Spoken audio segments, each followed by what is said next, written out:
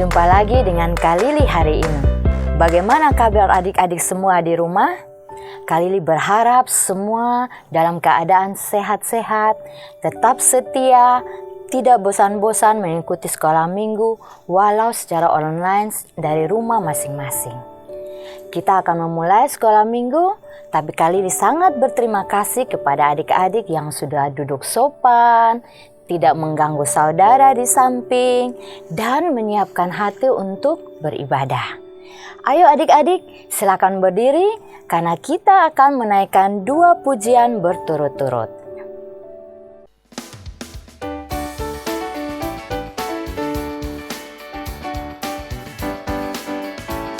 Kesukaan dari Tuhan, kesukaan dari Tuhan, kesukaan dari Tuhan, itulah kekuatanku.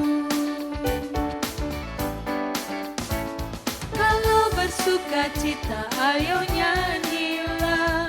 Kalau bersukacita, ayo narilah. Kalau bersukacita, ayo lompatlah. Itulah kekuatanku. Kesukaan dari Tuhan, kesukaan dari Tuhan, kesukaan dari Tuhan, itulah kekuatanku. Kalau bersukacita, ayo nyanyilah. Kalau bersukacita, ayo narilah.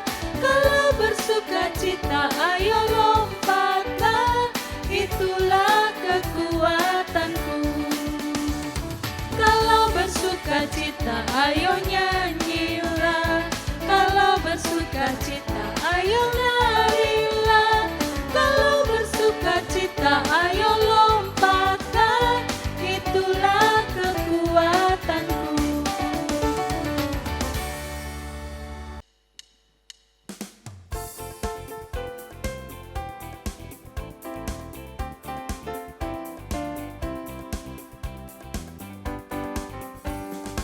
Setia-setialah, setia sampai mati. Seperti Tuhan Yesus, setia sampai mati. Apakah balasanku untuk kasih setianya? Setia-setialah, setia sampai mati. Setia-setialah, setia sampai mati. Seperti Tuhan Yesus, setia sampai mati. Apakah balasanku untuk kasih setianya? Setia-setialah, setia sampai mati. Adik-adik, kali ini Kak Lili akan bercerita tentang Raja Asa menaati firman Allah. Diambil dari kitab 2 Tawarik pasal yang ke-14. Tetapi sebelumnya mari kita berdoa. Terima kasih Tuhan Yesus untuk hari ini. Kami semua boleh ada, bahkan saat ini kami mau beribadah kepada Tuhan. Tuhan Yesus menolong setiap kami, setiap anak-anak di rumah masing-masing. Biarlah kami boleh duduk diam dengan tenang, mempersiapkan hati kami untuk mendengarkan cerita, dan Tuhan menolong kami supaya kami mengerti apa yang disampaikan. Tuhan juga menolong Kak Lili yang bercerita dan memberkati sehingga apapun yang disampaikan untuk kemuliaan nama Tuhan. Terima kasih Tuhan Yesus, kami menyerahkan ibadah ini dari awal sampai akhir. Amin. Adik-adik, minggu lalu kita sudah belajar tentang Imam Eli dan anak-anaknya. Mengapa kesedihan yang sangat besar menimpa Imam Eli dan keluarganya? Ya, karena mereka tidak menaati firman Allah. Hari ini kita akan belajar tentang sukacita umat Allah ketika mereka mempunyai seorang raja yang menaati firman Allah dan mempercayai Dia untuk menolong mereka. Nama raja itu adalah Asa. Raja Asa adalah raja ketiga dari kerajaan Yehuda. Sedihnya, ayah dan kakeknya telah menyimpangkan rakyatnya kepada ilah-ilah lain yang disembah oleh bangsa-bangsa di sekitarnya. Ketika Asa menjadi raja, kerajaan Yehuda penuh dengan berhala. Umat Allah telah berpaling dari Allah yang benar dan menyembah dewa-dewa yang palsu, yang tidak benar dan salah. Ketika Asa melihat bahwa bangsanya penuh dengan dosa dan ketidaktaatan, ia melakukan dua hal yang penting, yaitu yang pertama, Raja Asa menyuruh prajurit-prajuritnya untuk merobohkan dan menghancurkan semua berhala di Yehuda. Dan kedua, ia memerintahkan kepada penduduk Yehuda untuk mencari Tuhan Allah mereka dan menaati hukum-hukum serta perintahnya. Itu adik-adik bisa baca di 2 Tawarik pasal 14 ayat 2 sampai ayat yang keempat. Menurut adik-adik, mengapa raja melakukan hal itu?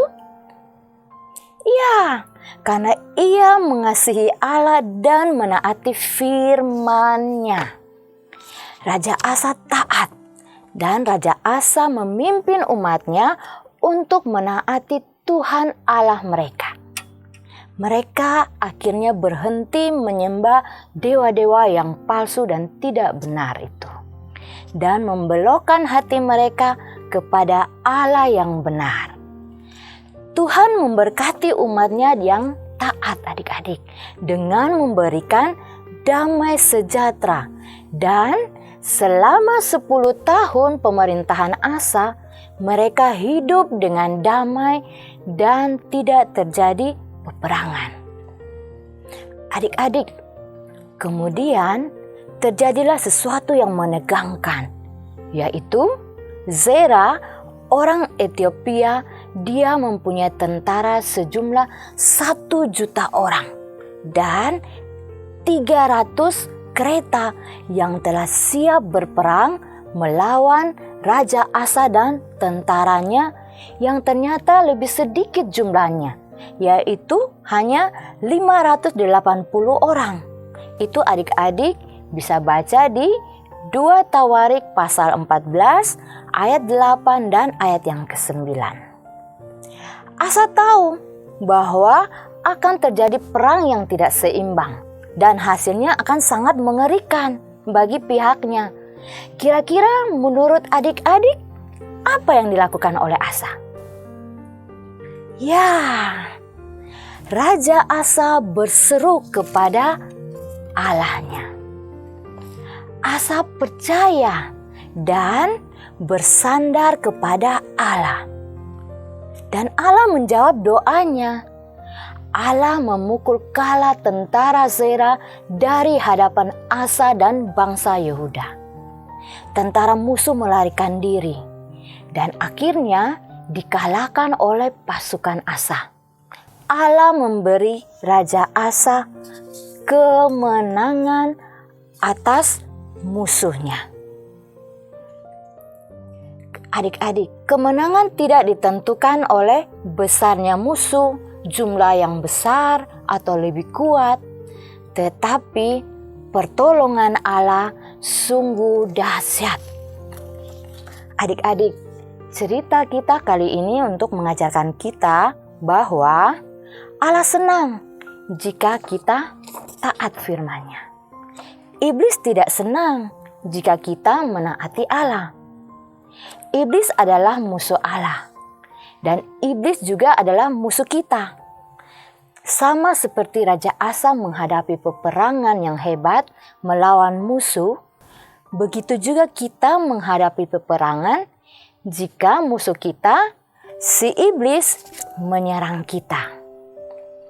Musuh Asa menyerang dengan tombak dan panah yang nyata. Tetapi musuh kita, iblis, menyerang dengan godaan, pencobaan.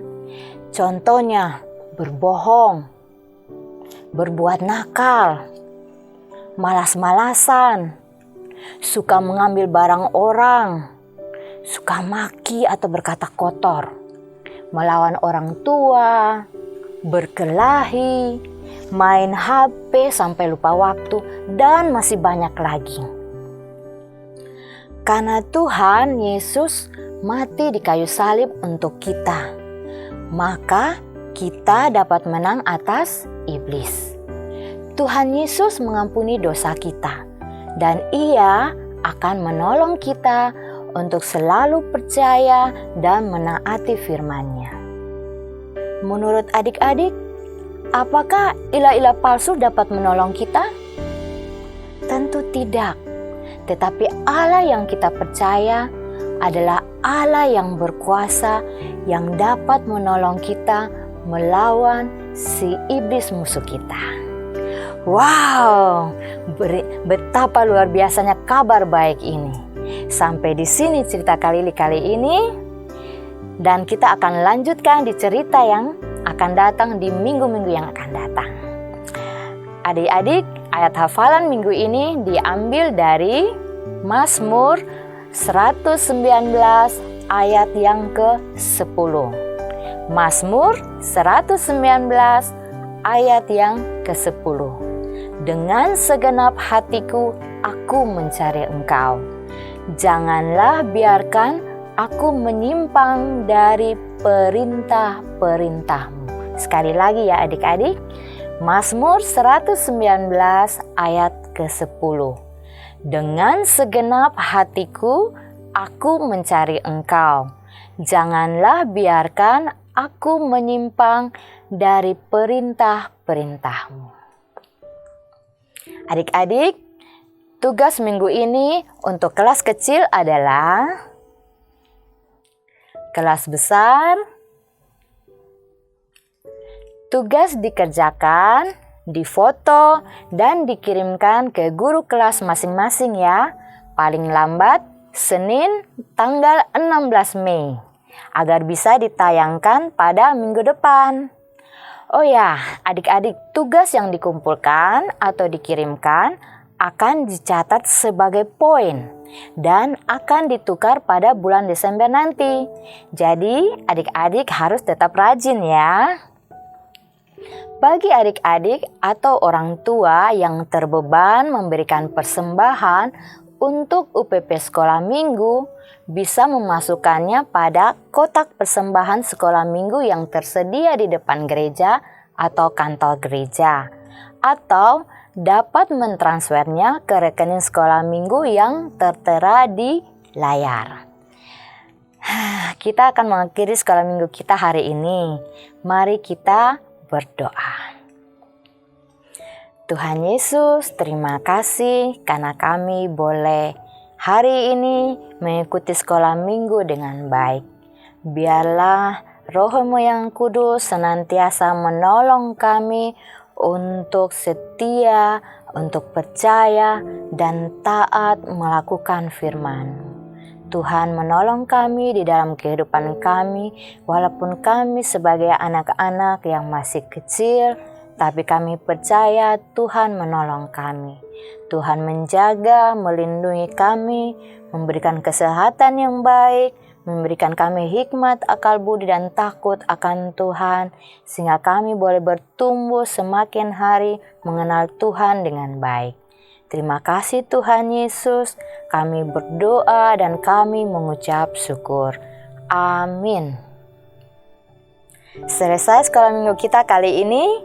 Adik-adik harus tetap semangat, tetap rajin, dan jangan bosan-bosan beribadah walaupun tetap secara online. Setia mengerjakan tugas-tugas yang diberikan, Sampai jumpa, Tuhan Yesus memberkati.